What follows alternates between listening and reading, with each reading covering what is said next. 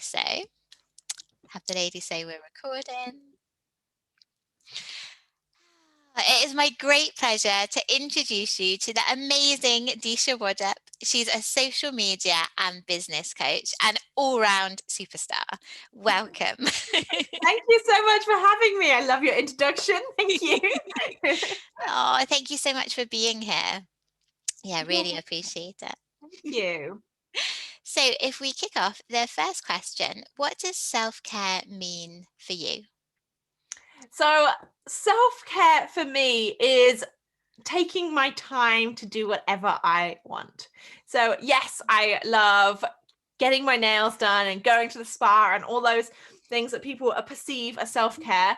And I hold my hands up and say, I am rubbish at meditating, because that's something that everyone's like, oh, you should meditate for self-care and things like that. Rubbish at that. I can do about 10 minutes because my mind works at a million miles an hour and I'm like, nope, over that. So my big thing is exercise. The gym, running, walking, anything that gets my blood pumping, getting out. And it's the way that I start my day every day. And if I haven't got out the house, I kind of feel a bit disconnected with the day. So I need to just get out and have that space for me and exercise. Ooh, I love it. So that's your, is that part of your morning routine? Yes. Yeah. First thing I do in the morning, get out and either go to the gym, go for a run, or take the dog for a walk. Yeah. Ooh, amazing. Yeah, and I love like you said, the getting outside. It gets you started. Yeah, Yeah. I think working from home especially, it can feel like you're always at home otherwise, which we are. But it's nice to be able to go out and come back and be like, okay, now I'm ready to work. And just have that sort of disconnection with your own house. Especially being like, I live on my own and just have the dog. So if I didn't leave the house, I wouldn't speak to anybody apart from you and my clients, and I wouldn't have a conversation with anybody that wasn't work related.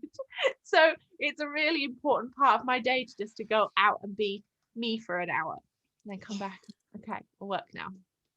Ooh, I love that. And yeah, so it's getting out there to have that contact with the outside world and then also to be able to actually be speaking and connecting to other people.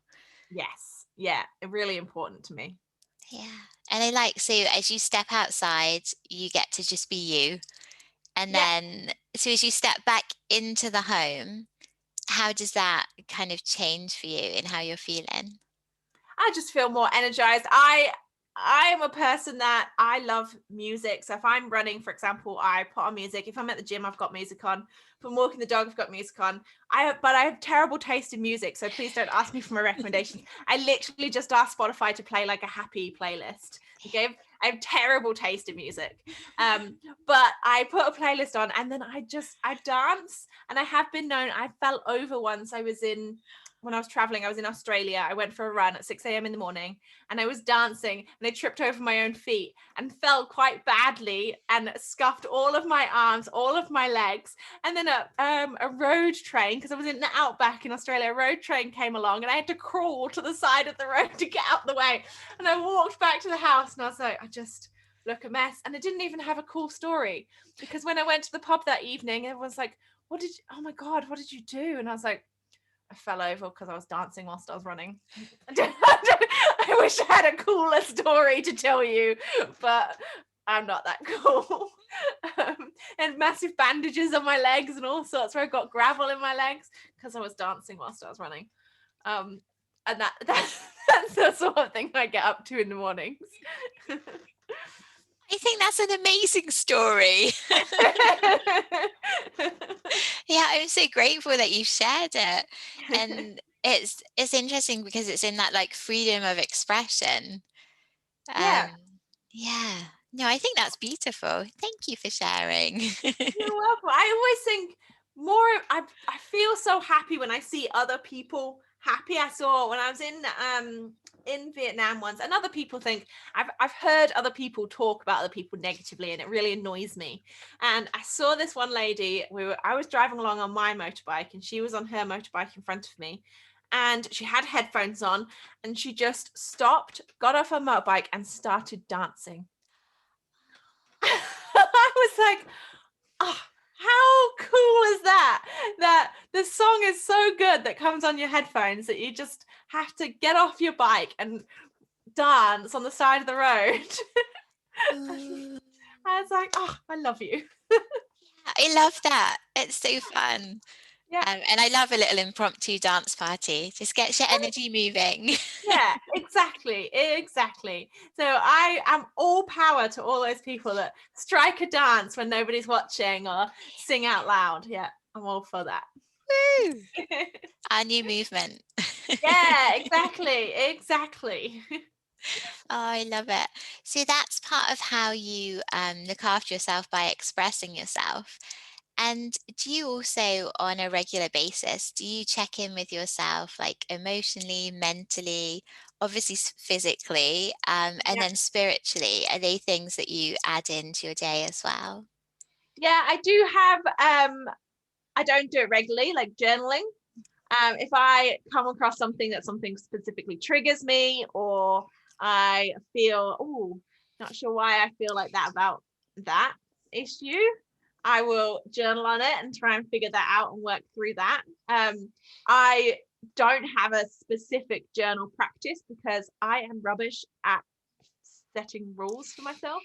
I I have tried all of those where people are like, oh, you need a 3-hour morning routine and you need to do this and meditate and journal, and I can't do any of that. I'm not very good at sticking to rules. So I just don't make them anymore. I have learned that about myself, and I do what feels good for me instead. And I throw the rules out the window. I love it. And that's almost a rule in itself, is that there are no rules. So, Yeah. yeah, and you get to go with your intuition and just, like you said, what feels right.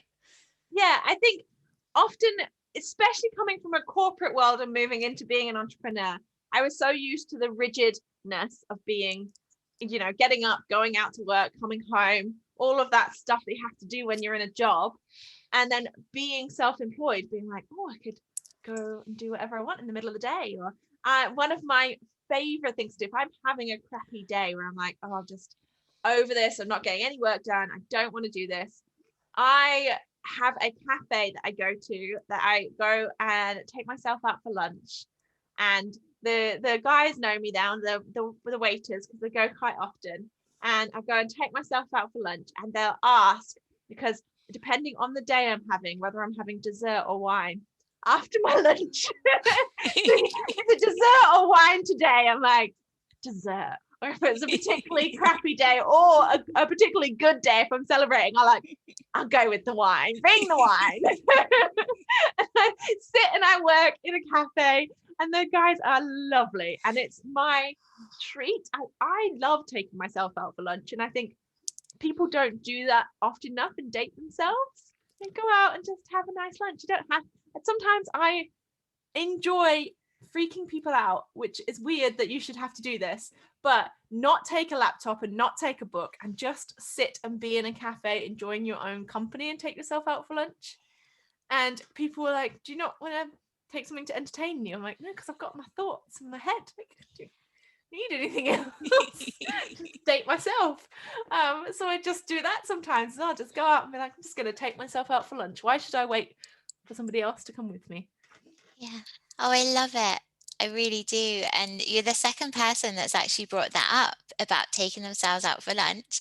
And you have inspired me. I'm going to do this. I'm going to get Do it. other half. You can look after the little one. And yeah, and I'll do it, because that's the ultimate self-care, isn't it? Yeah.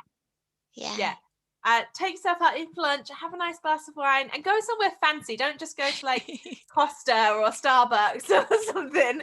Go somewhere nice. Like the cafe I go to is called Vintage Ambience, and they have like, even your coffee comes in like vintage teacups and things. Yeah, it's very nice. Wow. Just because it just feels a little bit decadent. You're like, oh, this is nice. Yeah. Just Yeah, I have a love little bit it. of a treat. Ooh, yeah, it sounds beautiful. I Yeah. really love it. And where you're saying like even like the ambience, the cups and everything, so you're really soaking it in through all your different senses.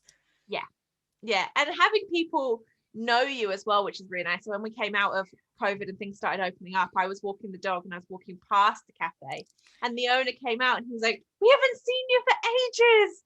Please come back." And I said, "Oh, I didn't know if you'd be busy, if you'd want me, because I stay there for hours sometimes." And I'm like, "I just didn't know." And he goes, "We will always find you a space. Do not worry." And I was like, "Okay, thanks." So that's just really lovely. I was like, "Oh, okay." So I Oh, popped it's back in the next day. He's like, "Yeah, right, come down." woo. Oh, I love Yeah, it. yeah, So would you say that that is one of your favorite self-care activities? yeah. Taking yourself out for lunch and enjoying your own space. I think often as single people, especially, we let ourselves get into this mindset of we can't do anything on our own because we don't have a boyfriend, or friends aren't available, and especially as an entrepreneur who stay at home all the time and other people are at work and doing things, you're like, you don't have friends to go out for midday lunches and random things, so just go and do it yourself. Why not? That's beautiful. And that would be actually a really good place for someone to start with their self-care if they're really Yeah, new to it. yeah. Yeah. And if it feels comfortable having a blanket, like take your book or take your laptop to start with, work up to sitting with your own thoughts, because it is nerve wracking at first. And you're looking around and you're thinking, what are these people thinking? Like, I am a people watcher. I can sit and watch people forever. So I'll just people watch and be nosy at other people's conversations as well. I love it. And we pick up so many things. I don't know about you, but when, if I'm out anywhere and you are sort of observing other people, I find that often you learn sort of something about yourself, about how you're feeling in that day. It tends to be mirrored in what we're noticing, like all around us. Yeah, yeah, absolutely. And I think you can hear some funny stories. You can hear all sorts when you're just overhearing things and snippets of other people's conversations. Oh, that was interesting. Probably wasn't public consumption, that little tidbit, but Yeah, it's interesting, isn't it? Because even just sitting down at a table, you almost imagine those boundaries around you as you're having the conversation with people. You forget that you are kind of out in the public domain sometimes. yeah, and I think it's fun to let your imagination go as well. Like I sit and watch people and I think, oh, I wonder, and I just make up their stories in my head. Like, oh, I wonder if they're really rich and live in a fancy house and have like 7 dogs. or, or all sorts of fabulous stories I make up about these complete strangers. Just because. Oh, it's beautiful. And it's, yeah, Yeah. just letting your mind wander. Just it's back to being free. Yeah. Yeah. And yeah, just going with that flow of your natural self. Yeah, I think noticing what is going on and the little things as well. I think often when I'm out walking and things, I notice things that you wouldn't necessarily have noticed if you were all consumed with even somebody else or your thoughts. Like if a bird particularly flies over, I mean, my dog goes mad for starters, but if he doesn't notice him first. Or like little things that you think, oh, I wouldn't have noticed that if I hadn't have taken this time today to go out and just be outside. Yeah. So yeah, it's that being present and aware Mm. just in that moment. Yeah, Yeah, yeah, that's really nice. And I find like for myself that is really makes you be more mindful, and that can in itself just help to clear your head as well as obviously the getting outside. yes, yeah, exactly. Yeah, I went on a date recently and we did a mindful walk, which was really cute. The date didn't work out. I'm not with him. But it was a really cute experience because he was like, "Oh, I go for mindful walks," and we would just pick out things that you'd see, like, "Oh, I really like the color of that house," or "I really like those flowers." And those flowers are gorgeous, and things like that that you just pick out as you were walking along that you could share with each other was a really nice experience. Oh, yeah, I love that. It's Yeah, really, yeah, just bringing that awareness back to where you are. Yeah, rather than just talking about mindless things that we would talk about on a date anyway, we just be in the moment with each other instead. It was really nice. It sounds dreamy. Yeah, absolutely recommend it. Yeah, I'm gonna try it. I do a walk every like lunchtime with my daughters, so we'll do that today. Yeah, Get her involved. yeah, exactly. Because you don't, and kids notice the strangest of things that you just wouldn't have thought of, or you wouldn't have noticed. You're like, oh yeah, okay, that does look like a dragon. Yeah. I wouldn't have noticed that crack on the wall that looks like that, but okay, yeah, cool. Oh, yeah, and it's great just empowering ourselves, to be ourselves and to let our imaginations go. I think there's a huge freedom in that. Yeah, absolutely. Yeah. Oh, so with your self-care time, obviously you do your exercise every morning. How do you protect that space and time? I have a my phone on do not disturb mode, which drives some of my friends mad who are in foreign countries, because they'll be ringing me and I'm like, I'll get a text message, I've been trying to ring you, that got a stupid thing on your phone again, haven't you? And I'm like, yeah, because I don't want to speak to you before 8 a.m. in the morning. That's why I have it. Because I don't want to speak to you before then. So it goes on nighttime mode at 9:15. And then that's where I turn off technology, and 10 o'clock it goes on to actual nighttime mode, and it stays on until 8 a.m. weekdays and 9 a.m. on weekends. And that's it for the technology. I'm like, nobody can call me. If I can turn it off, and if there's emergency, if you call twice, it will go through. So if there is an emergency, people can still access me. But otherwise, I'm like, no, I don't want to hear from you. Nothing is that important, especially I think having an international business where my clients are everywhere as well and they have access to me. I don't want my phone or getting disturbed sleep because I'm hearing a bing, bing, bing, bing, or whatever. So I think that's really important to me to be able to switch off and say, no, not after this time am I contactable. Yeah. Oh, I love it. And that's really definite. It's like a really clear and definite boundary for everyone. Yeah, I mean, I'm a morning person, so 10 o'clock is like, oh my god, you stayed up late. I'm usually like getting into bed around 9:15. Like, this is bedtime for me. I get up at 6 a.m. and then do it all again. Oh, no, that's beautiful. And I think, mentioning the importance of your sleep is the amount of sleep with your self-care, is that something that you've always been like really aware of protecting, or is it something that's kind of changed over time? Yeah, I think I have always, from traveling, I have slept well.